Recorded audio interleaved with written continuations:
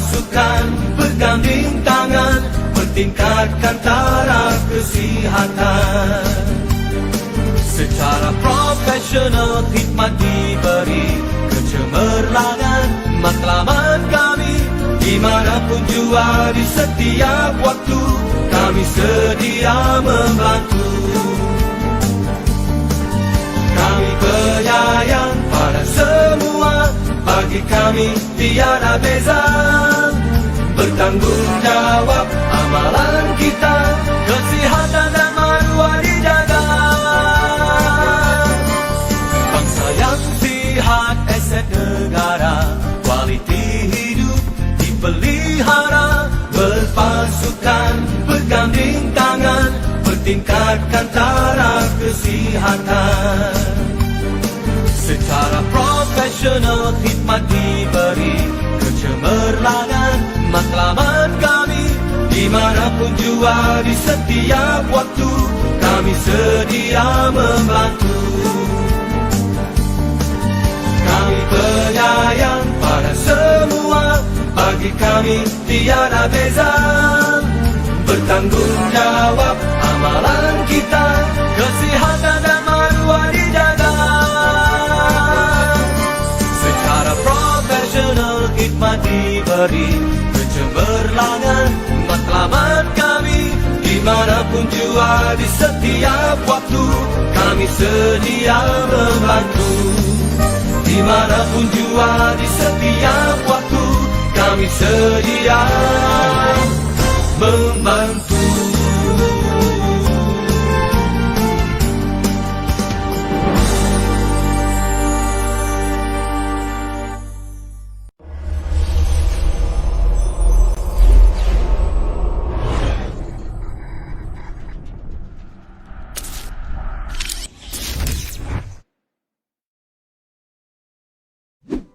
Pendermaan darah adalah amalan mulia yang boleh menyelamatkan nyawa seseorang. Namun tidak semua orang boleh menderma darah. Adakah anda layak untuk menderma darah? Anda layak menderma sekiranya sihat tubuh badan, berumur 17 hingga 60 tahun untuk penderma baru. Had kelayakan umur maksima bagi penderma darah tetap adalah 70 tahun. Berat badan 45 kg ke atas. Telah makan sebelum menderma. Tidur melebihi 5 jam. Tahap hemoglobin 12.5 gram per desiliter bagi wanita, manakala 13.5 gram per desiliter bagi lelaki. Pendermaan setiap 3 bulan bagi darah utuh dan pendermaan setiap 1 bulan untuk darah aferesis. Anda tidak boleh menderma darah jika anda: 1. Darah boleh menyelamatkan 3 nyawa. Jadilah adiwira dengan menderma darah, mempromosi kepentingan darah dan menganjurkan kempen derma. Assalamualaikum dan salam sejahtera diucapkan kepada semua penonton yang sedang mengikuti siaran langsung di Facebook Penerangan Perak Page. Sekali lagi anda bersama saya, Laila Azib, untuk siri kelima Influencer at Japan edisi Perak bagi tahun 2021. Baiklah, jika sebelum ini kita telah bincangkan tentang vaksin COVID-19, persediaan menyambut Ramadan dan Syawal. Di siri yang sebelum ini kita juga telah bincangkan pentingnya servis kenderaan sebelum pulang beraya. Tapi kali ini, topik kita masih lagi berkisar tentang Ramadan dan berpuasa. Cumanya, ia lebih menjurus kepada amalan murni menderma darah. Sebentar lagi, bersama dengan tetamu jemputan, kita akan bincangkan tentang menderma darah ketika berpuasa, boleh atau tidak. Tapi sebelum itu, kami akan jadikan video untuk anda. Jumpa sebentar lagi.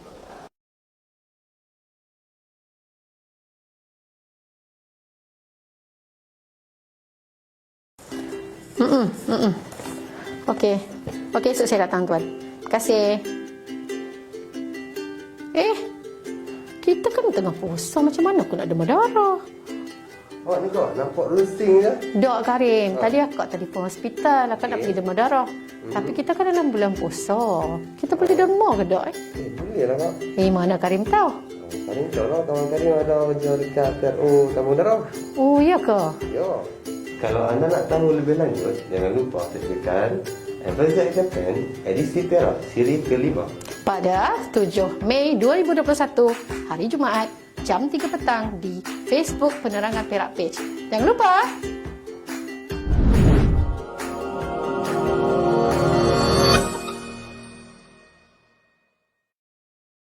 Kembali sekali lagi dalam Influencer at Japan edisi Perak siri kelima. Baiklah, seperti yang kita janjikan, kita akan bersama dengan seorang tetamu yang istimewa, seorang wanita dan juga frontliner, telah pun berkhidmat dengan Kementerian Kesihatan Malaysia bermula daripada tahun 2009.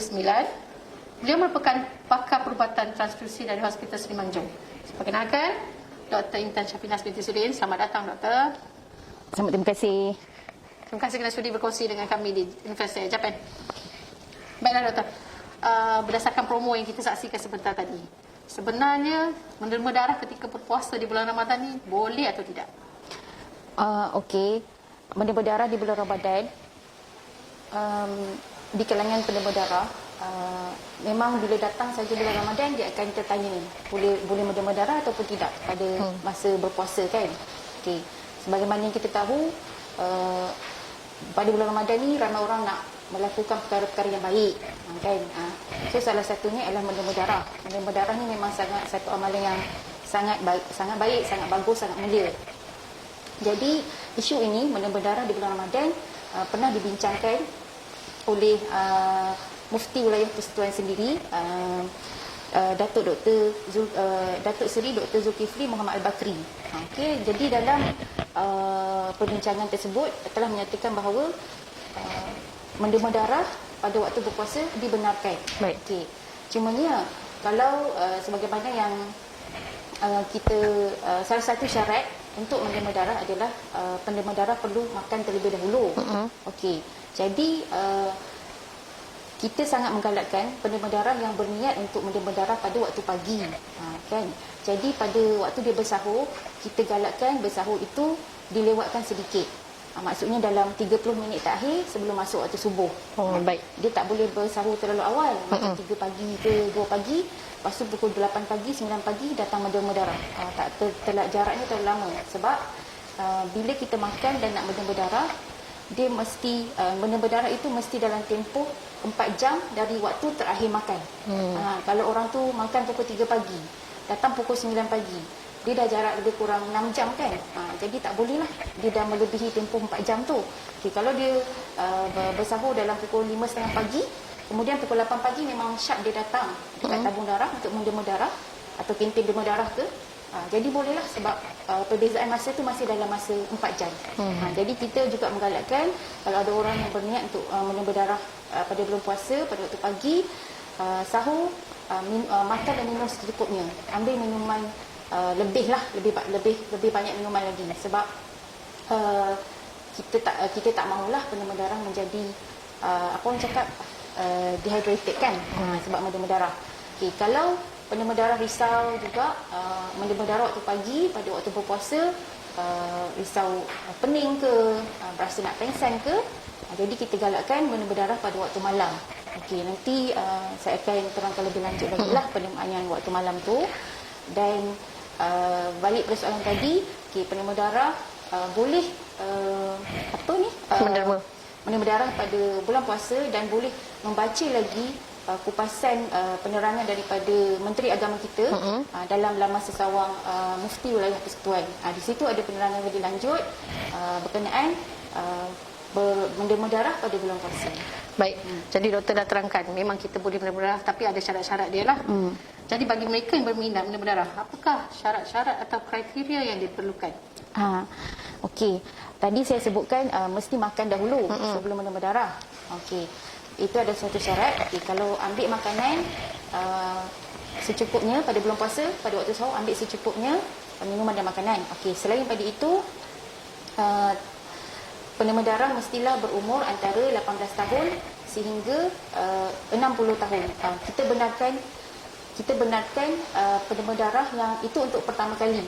18 tahun hingga 60 tahun untuk penerima darah pertama kali. Tapi kalau penerima darah tu seorang yang kita panggil regular donor, penerima darah tetap, maksudnya setiap 3 bulan dia dah biasa menerima, setiap 6 bulan ataupun setahun sekali ke, dia dah biasa menerima darah, kita benarkan sehingga umur 70 tahun. Tapi di antara umur 61 hingga 70, penerima darah perlu melakukan pemeriksaan kesihatan. Pergi ke klinik swasta atau klinik kerajaan. dan maklumkan saya penderma darah, saya ingin terus menderma darah dan saya perlu melakukan pemeriksaan kesihatan lah. Okey, nanti akan dapatkan laporan pemeriksaan kesihatan yang terperinci dan bawa keputusan itu kepada kita, kepada doktor di tabung darah, kepada ataupun jumpa di kempen derma darah pun boleh juga. Doktor akan melihat keputusan, okey, keputusan semua okey, jadi penderma akan dibenarkan untuk derma darah sehingga umur 70. Okey.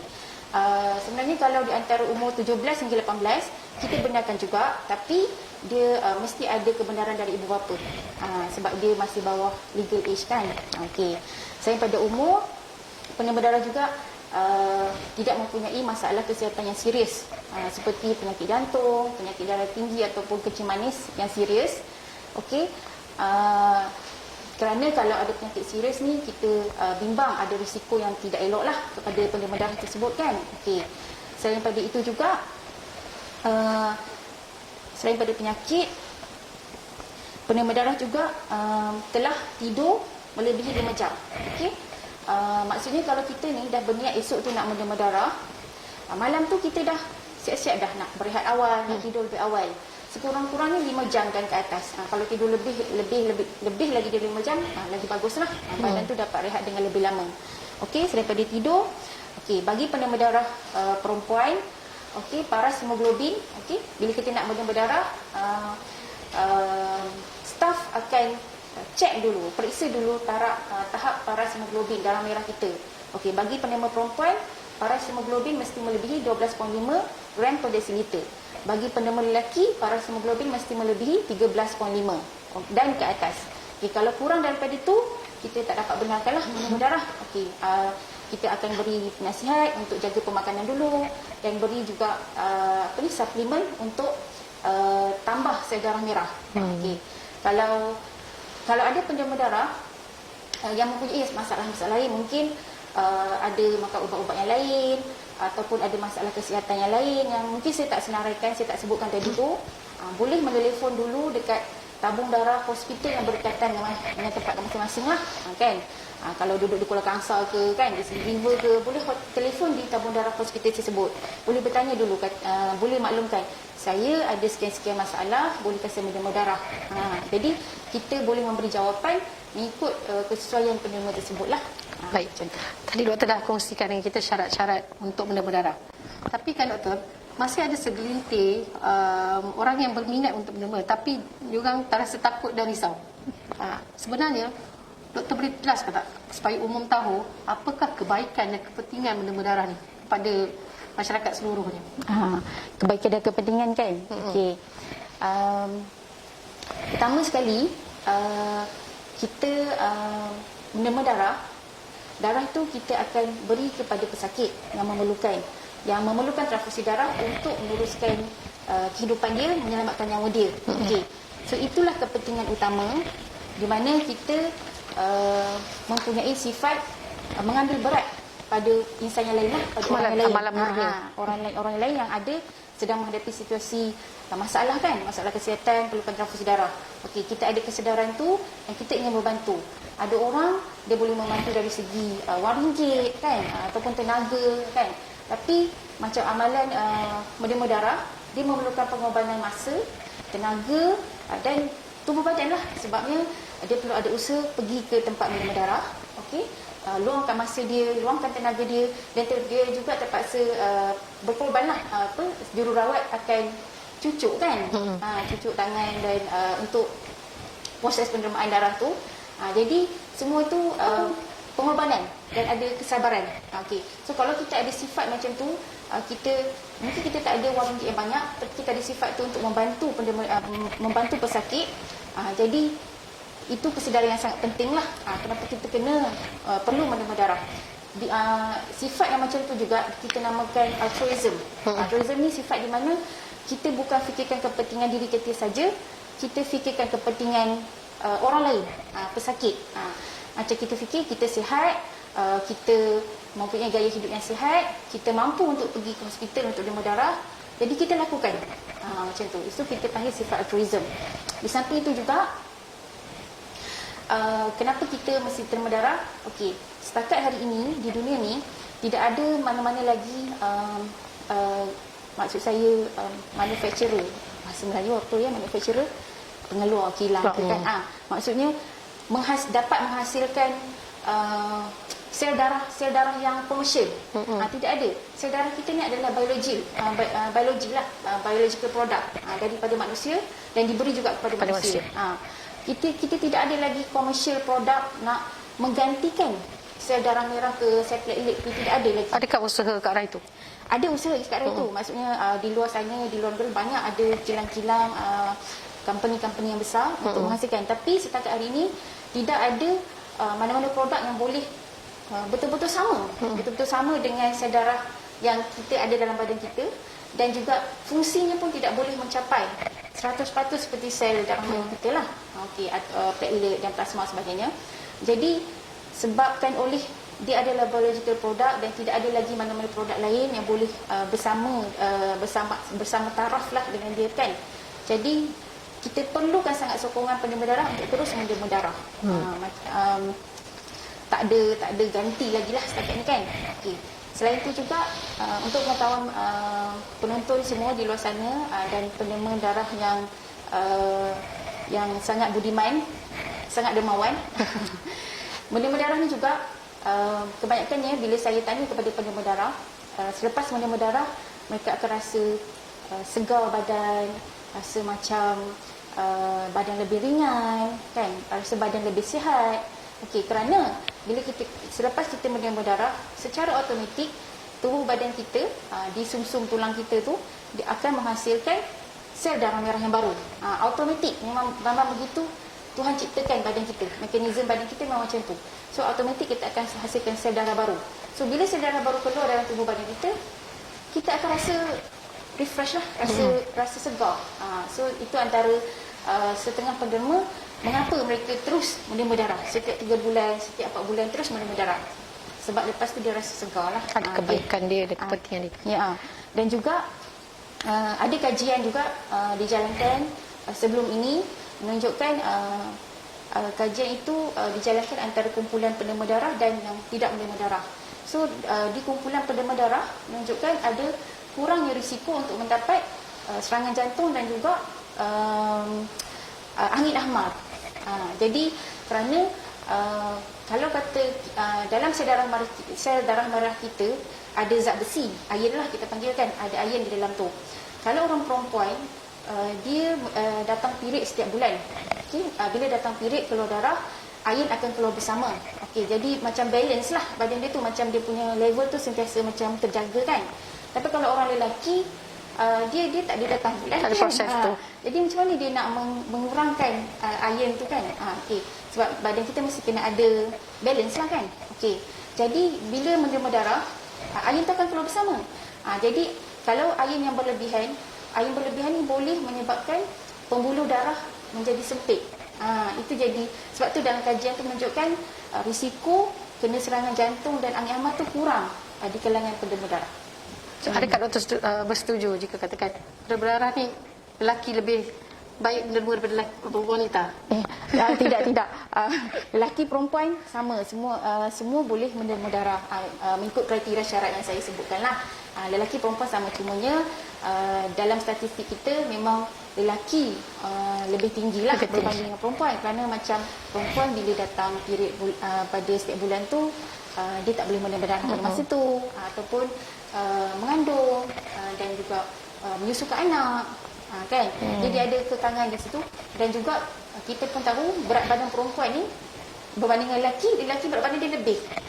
Sebab kalau mungkin saya lupa sebutkan tadi, nak menderma darah berat badan mesti melebihi 45 kg untuk menderma darah. Kalau lelaki dan perempuan sama? Sama je. Cuma bila perempuan ni kadang-kadang kebanyakan kita ni yang umur 20-an 30-an kadang badan masih kurus-kurus kan. Jadi dia tak melepasilah kriteria tu. Jadi tak dapat menderma darah. Baik doktor, kita dah tahu kepentingan dan juga kebaikan menderma darah. Jadi sepanjang bulan Ramadan ni, macam mana dengan operasi tabung darah? Adakah berbeza atau sama juga seperti sebelum ni? Operasi untuk pendermaan darah masa bulan Ramadan, kalau waktu kebiasaan kita, tabung darah di semua hospital di seluruh Perak dan juga Malaysia kebanyakan beroperasi di antara pukul 8 pagi sehingga 4.30 petang. Tapi pada waktu bulan puasa operasinya masih sama di tabung darah mengikut waktu office, waktu pejabat lah kan. Cumanya macam saya kata tadi, bila kita berpuasa kita tak dapat kurangnya penema darah di kalangan orang Islam, di kalangan penema darah yang beragama Islam datang. Jadi oleh sebab itu kita nak bagi peluang penema darah yang berpuasa pada waktu siang untuk menema darah. Jadi kita lanjutkan masa sehingga waktu malam. Okey. Contoh saya bagi kalau di hospital Ipoh. Contohlah saya bagi macam hari ni di hospital Ipoh, waktu penerimaan dia tu dilanjutkan daripada pukul biasa sampai pukul 5 petang di dalam hospital tu, dia lanjutkan sampai 9.30 malam. So kalau penema darah yang berada di kawasan Ipoh kan, pada hari Jumaat pada hari ni bolehlah pergi ke sana, ke tabung darah hospital Raja Permaisuri Bainun, okey, untuk menema darah di situ.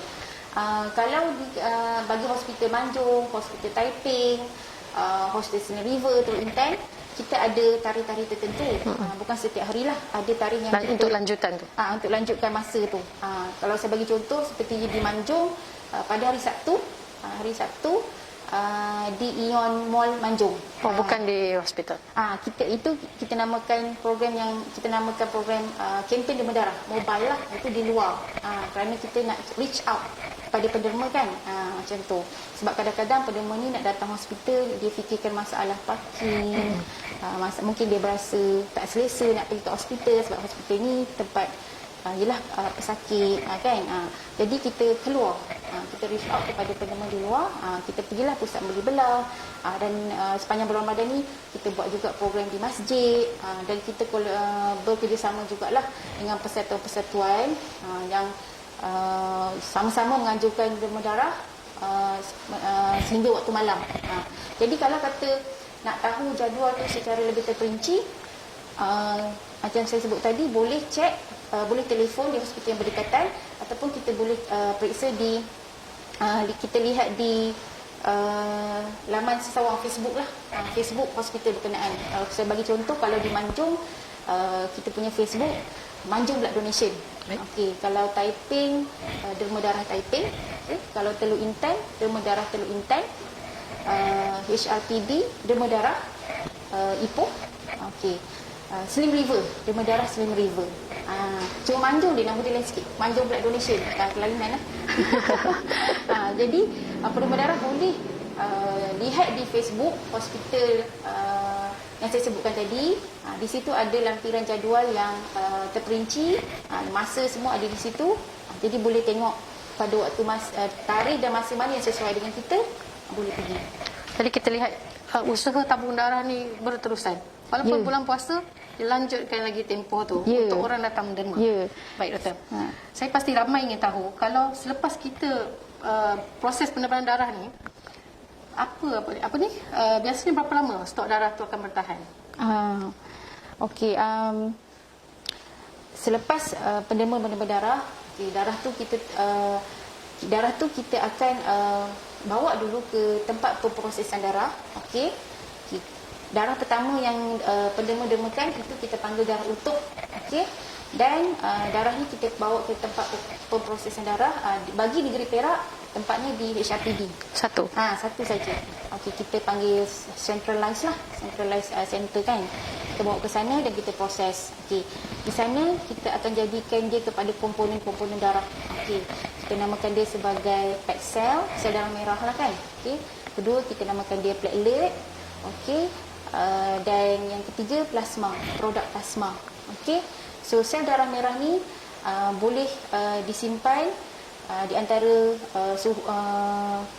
35 hari hingga 42 hari. Okey. Kita simpan pada suhu 2 hingga 6 degree Celsius. Okey. Cara penjagaan dia pun ada juga, macam tu. Berbeza ketiga-tiga. Setiap tu berbeza. Kalau platelet kita boleh hanya simpan 5 hari sahaja. Dia boleh 5 hari, hari ke-6 kalau tiada pesakit yang memerlukan, kita kena discard, buang, mengikut tata cara KKM lah. Okey. And then kalau itu kita simpan suhu biasalah, suhu bilik macam ni, 20-24 degree macam tu. Okey. Kalau produk plasma kita simpan pada suhu bawah minus 30. bawah minus 30 darjah. Memang sejuk beku betul-betul lah.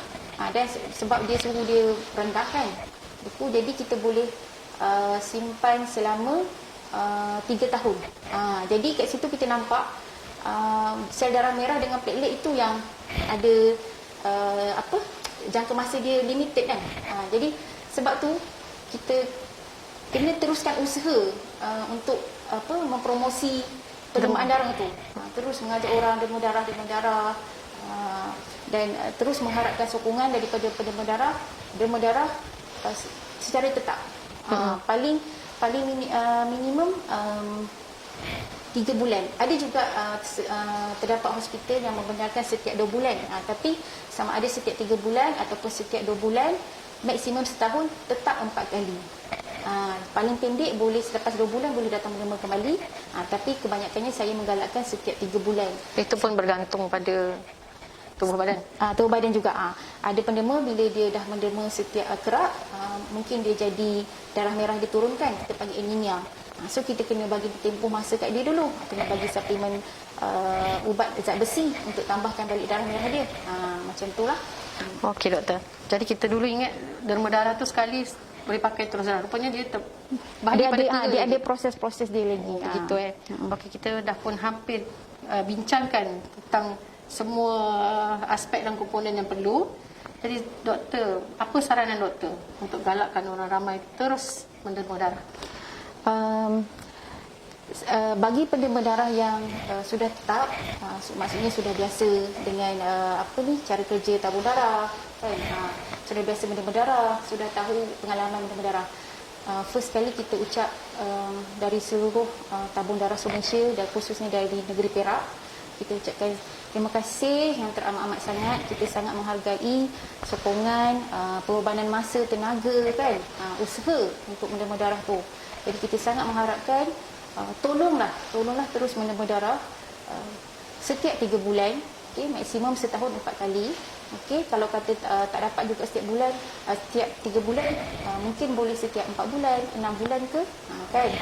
Terus menderma darah, dan kalau boleh ajaklah kawan-kawan sama, ajaklah ahli keluarga bersama. Ada juga pengalaman saya lihat ayah ni dia memang penderma darah tetap, dan dia didik anak dia daripada kecil lagi untuk pergi sama-sama ke tempat pendermaan darah, dan bila anak tu besar, anak tu terus pula jadi penderma darah.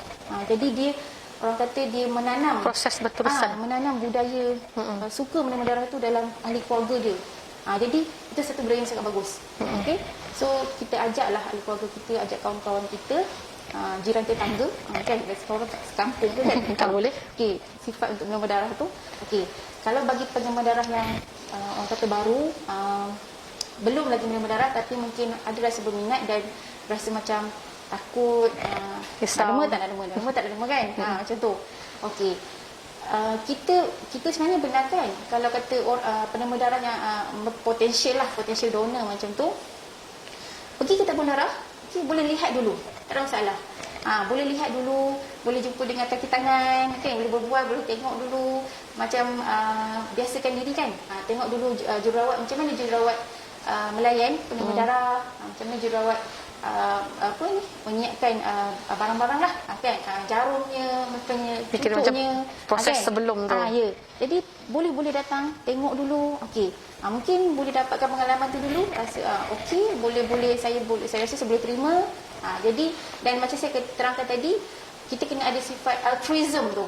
Kita mementingkan diri kita, dan kita juga mementingkan orang lain, orang yang sakit, orang yang memerlukan. Jadi dengan tu kita kena ada semangat lah, azam untuk sama-sama menyelamatkan. Mungkin kita kalau di KKM, nurses, jururawat, doktor kan, sama-sama melakukan kerja, memberi rawatan kepada pesakit. Jadi sebagai orang awam di luar, salah satu caranya boleh menderma darah. Darah tu kita bagi kepada pesakit, menjadi sebahagian dalam bantuan kita kepada pesakit tersebut. Okey doktor. Baiklah, kita telah pun sampai ke penghujung rancangan. Sebelum kita tamatkan siaran, saya beri peluang untuk doktor ucapkan selamat hari raya kepada penonton semua. Silakan. InsyaAllah minggu depan kita semua akan menyambut Aidilfitri. masih lagi di waktu pandemik COVID-19. Jadi saya ingin mengucapkan selamat raya Aidilfitri kepada semua penonton FB live penerangan Perak Page, kan, kepada semua penonton. Semoga perkongsian kita pada hari ini memberi manfaat kepada anda semua, dan semoga anda semua orang kata inspired, inspired untuk terus menderma darah. Tak kisahlah anda berada di mana, mungkin tidak di Perak, di negeri lain, okey, lakukan perkara yang sama.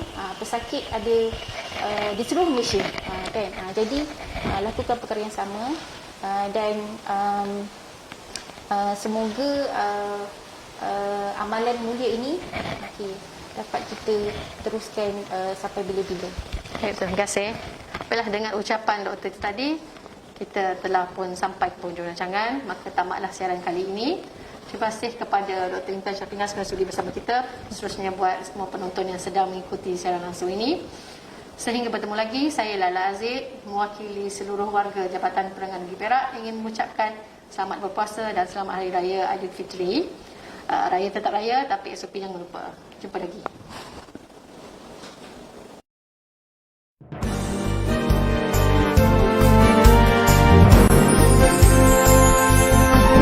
Bangsa yang sihat, aset negara, kualiti hidup dipelihara, berpasukan, berganding tangan, bertingkatkan taraf kesihatan. Secara profesional khidmat diberi, kecemerlangan matlamat kami, dimanapun jua di setiap waktu, kami sedia membantu. Kami penyayang pada semua, bagi kami tiada beza. Bertanggungjawab amalan kita, kesihatan dan maruah dijaga. Bangsa yang sihat, aset negara, kualiti hidup dipelihara, berpasukan, berganding tangan, bertingkatkan taraf kesihatan. Secara profesional khidmat diberi, kecemerlangan matlamat kami, dimanapun jua di setiap waktu, kami sedia membantu. Kami penyayang pada semua, bagi kami tiada beza. Bertanggungjawab amalan kita, kesihatan dan maruah dijaga. Secara profesional khidmat diberi, kecemerlangan matlamat kami, dimanapun jua di setiap waktu, kami sedia membantu. Dimanapun jua di setiap waktu, kami sedia membantu.